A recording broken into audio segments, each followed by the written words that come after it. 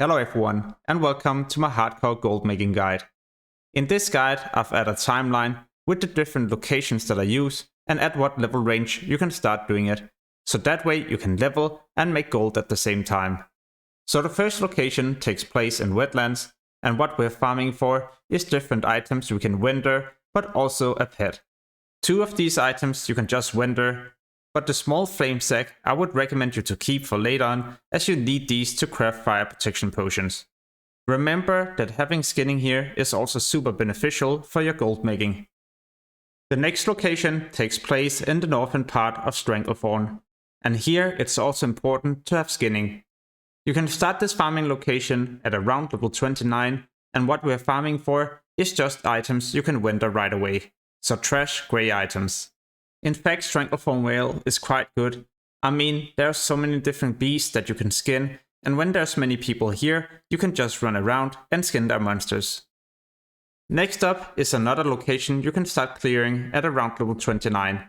It takes place in Thousand Needles. These creatures drop copper, cloth, many different green items, but also items you can vendor right away. Definitely also a good location if you don't have skinning. The good thing about this location is that it's usually not that crowded, and if you have mining, then you'll be able to find different veins in the cave. When you reach level 32, you could always head to Alterac Mountains and start killing these tigers. There's also another option, and that is to go to Stranglethorn Vale and kill these raptors.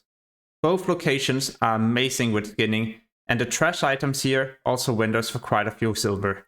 One thing you need to know is that both of these locations is quest locations, so it might be crowded, but the good thing is then there will also be a lot of creatures to kill, or will at least skin.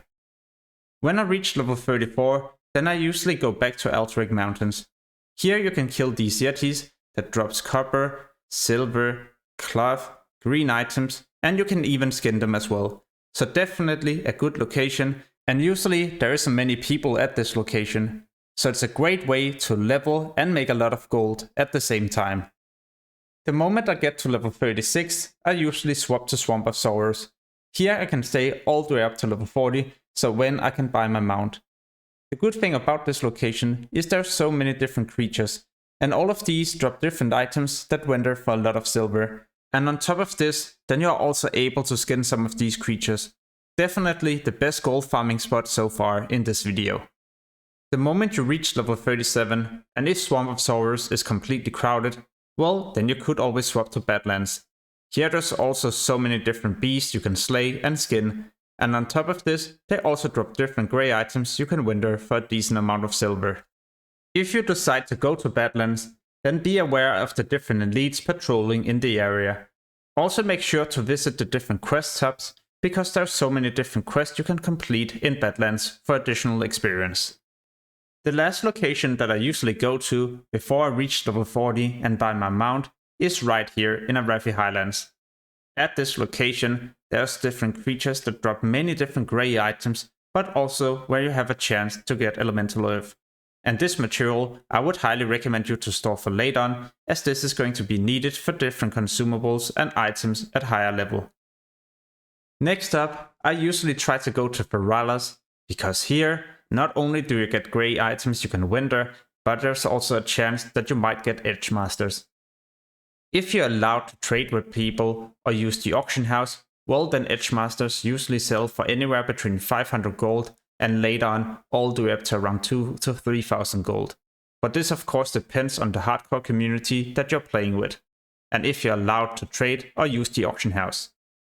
Another spot that I like to go to at around level 46 is right here in Hinterlands.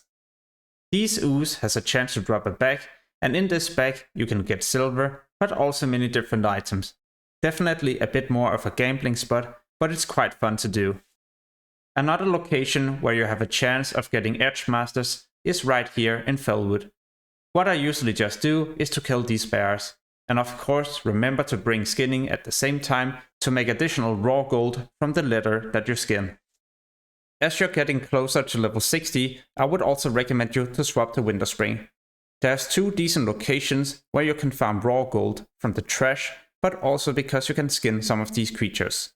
If you don't like this spot with the sabers, then you could always swap to another spot with owls.